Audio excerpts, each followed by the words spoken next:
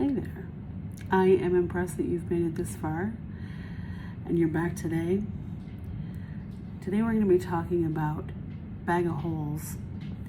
Some people might call that overspending, but I don't focus on behaviors, I focus on emotions, and there's no way that I could tell you what is overspending for you, but I can tell you what your emotions might be doing to your money. And bag of holes, have you ever just poured something into a bag that has holes in it or holes in your pockets and everything? It just doesn't stay. And what's the point, right? To put it in there. And so let me give you an example. Have you ever tried to help somebody? I'm sure you have. I have too, where they keep repeating the same problem in the same cycle, and it's something that they could fix, right?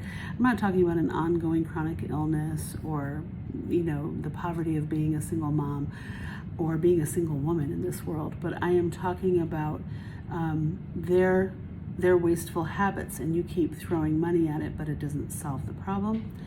And so I'm not saying that that's a behavior that's keeping you poor, because I really think that money is abundant and it's endless.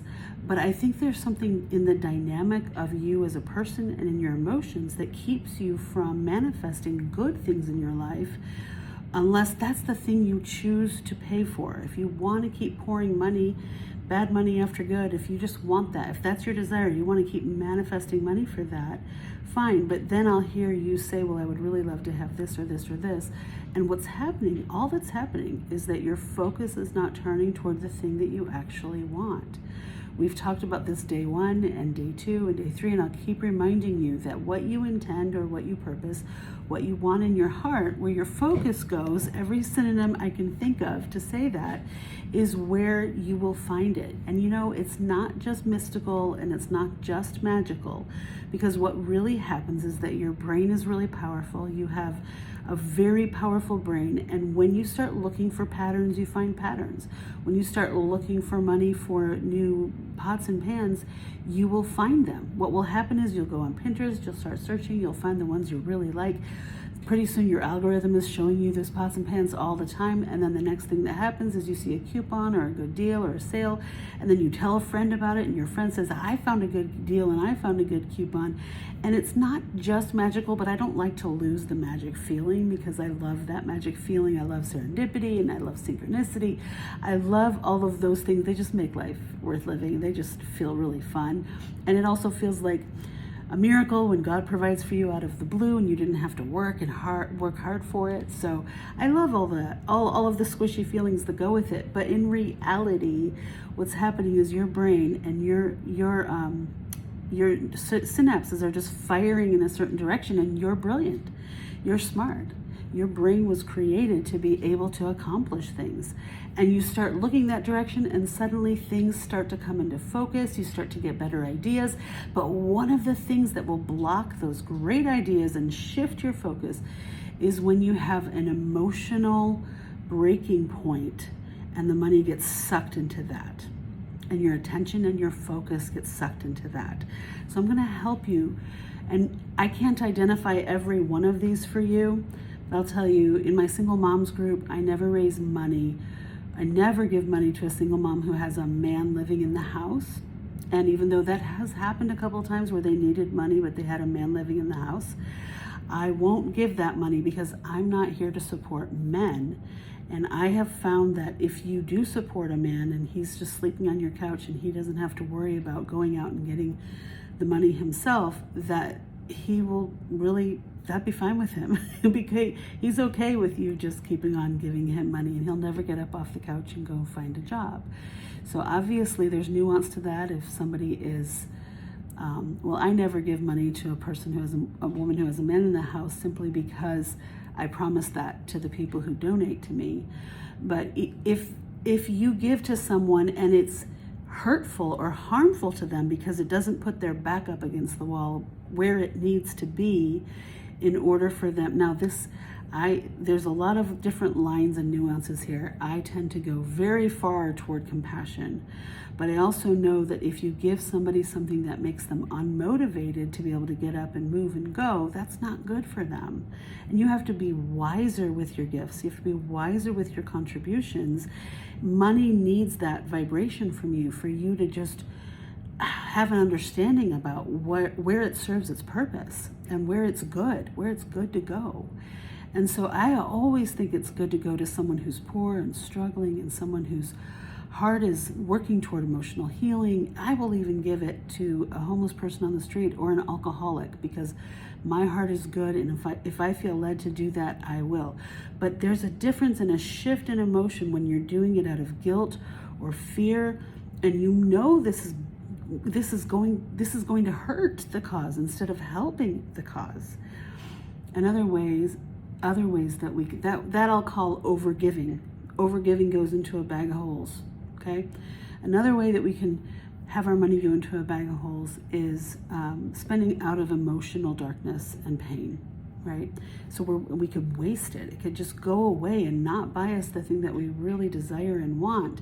It's not something we really desire or want, but it's something that we need to feel better about ourselves or to feel good, or just wasting, right? Just like the kind of shopping that is just wasting. It's the same thing with spending it on eating or spending it on lots of overdraft charges. You know, the times when money is going to a place, I do not mean to make you feel bad or to even convict you or anything, but I want you to look at when you say, I would really love to have money for this vacation, that maybe your money is going into a bag of holes. And then I do have a solution for that, which is emotional strengthening work. And it works. I've done it myself so many times. And you probably have less work to do than you think you do, because guilt piles on top of that, making the problem seem catastrophic. And it's probably not catastrophic. It's probably a simple fix.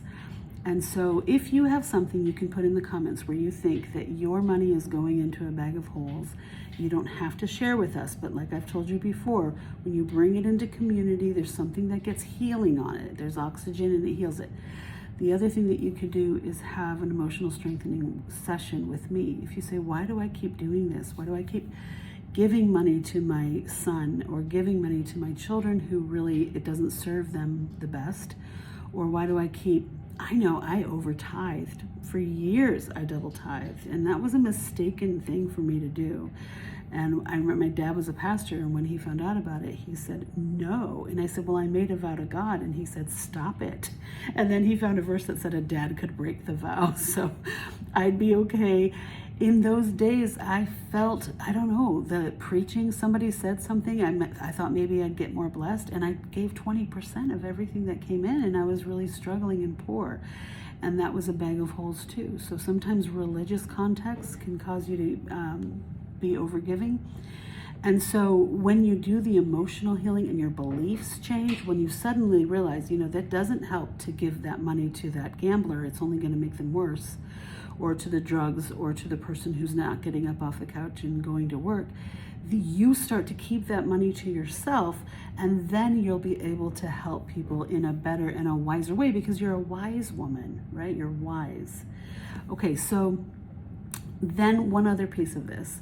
When you have guilt about buying something for yourself, when you know there are people who need it, whether it's your own children or whether it's poor people or whatever, there's a very simple belief that just needs to shift here, okay? Number one, money is abundant.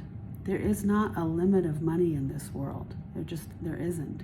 So if it's not coming to them or to you in the way that you feel like it should be, what needs to happen is they need to learn the principles of this class. They need to learn them. You need to learn them. You need to live them in front of them. And a way to do this would be when your kiddo comes to you and says, well, I really need this, ... You would say to them, I will work on manifesting this with you, or I will pray it in with you, or let's get together once a day. We'll send each other a text, and this will be our prayer that it will come to you, because this is the way that you teach them to also train their focus on what they need, to get wise, to see to see if they're putting their money into a bag of holes, to talk about it, to get oxygen, to bring it into people. All of the things. Number 1, peace. Number 2, play. Number 3, bringing into community with people. Number 4, practicing. Every one of the principles that we've done in this class so far, those people need to learn. It doesn't help for you to just keep feeding them money when they don't learn these principles for themselves. So whatever you want to convey to your children or to the people who you're trying to help, that you really want to help, what you'll say to them is, hey, let's do this. Here's the plan. And it can be as simple as once a day we'll send a text to each other saying, hey, this is what we really want. I'm praying for you. This is what I would like to see. Send me pictures, screenshots. Let's get the hype going about it. Let's pay attention to it. And then we'll talk to each other and say, hey, I saw it on sale, or I saw this happening, or I saw a charity over here that will give you money. I'm following the path with you for it. We're manifesting this together. We're seeing all the excitement of it. It's bringing fellowship and relationship to us. And so there's power in it. And we're learning all the lessons for the next time. And the foundation, that foundation that we built of how to get things grows and grows and grows. And so we can just keep building on it, building on it, building on it. So if it's your children, or if it's your parents, or whoever it is that needs something, you say, let's do this together. I'll do this thing with you. Or it could go all the way to, you could have to put on a rough boundary, where you say to them, I won't do that, but I will do this. And when they say, I don't want to do that, and you say, that's okay, you don't have to, but I'm not giving you the money. And so those are the ways that you actually get to see people heal and grow in the ways that we're doing it right now. Don't you want them to have peace in their nervous system about money? Don't you want them to feel playful about money? You could give them a challenge. Let's each spend $1 doing something funny today. You send it to me, I'll send it to you, and we'll just make this a joke. We'll just make money lighthearted between us. Nothing too serious, right? Or I'll keep my eye open and I will send you any ideas that I have, and your brains got working together, and you form that friendship. I know it's easier to throw money at that problem sometimes, and that is an emotional weakness.